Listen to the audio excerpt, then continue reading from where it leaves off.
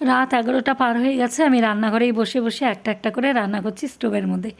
Stove হলে কি হবে, 8 দিন 10 দিন থেকে কোনো গ্যাস নেই, স্টোভের মধ্যেই কিন্তু যথারীতি রান্না হচ্ছে। কাউকে সেদ্ধ ভাতও খাইয়ে রাখতে পারছি না, কারণ নিজেরই খারাপ লাগে। একটা একটা করে রান্না দেরি হয়, কিন্তু তবুও আমি চেষ্টা করি যাতে এরা ভালোভাবে মানে খাওয়াটা খেতে পারে।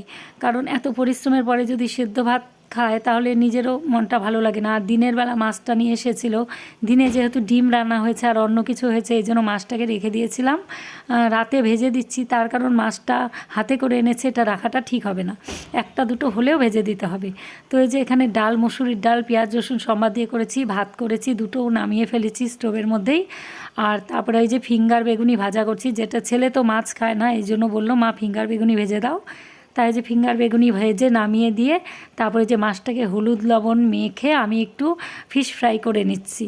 তো ওই যে ব্যাটারটা ছিলই, সেই ব্যাটারটা দিয়ে একটু ফিশ ফ্রাই ভেজে নিচ্ছি। ফিশ ফ্রাই খেতেও বেশ ভালো লাগে। আর এগুলো বাঁচা মাছ, তো ধুয়ে রেখেছিলাম দুপুরবেলা, এখন রাত্রিবেলায় যে কয়েকটা মাছ এরকম করে ভেজে নিলাম, আর বাকি মাছটা ঢুকিয়ে রাখবো আগামীকাল রান্না করার জন্য।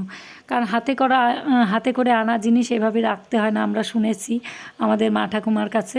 এই জন্য এই যে রান্না করে দিলাম। আর এখন বাজে রাত্রি 11:30।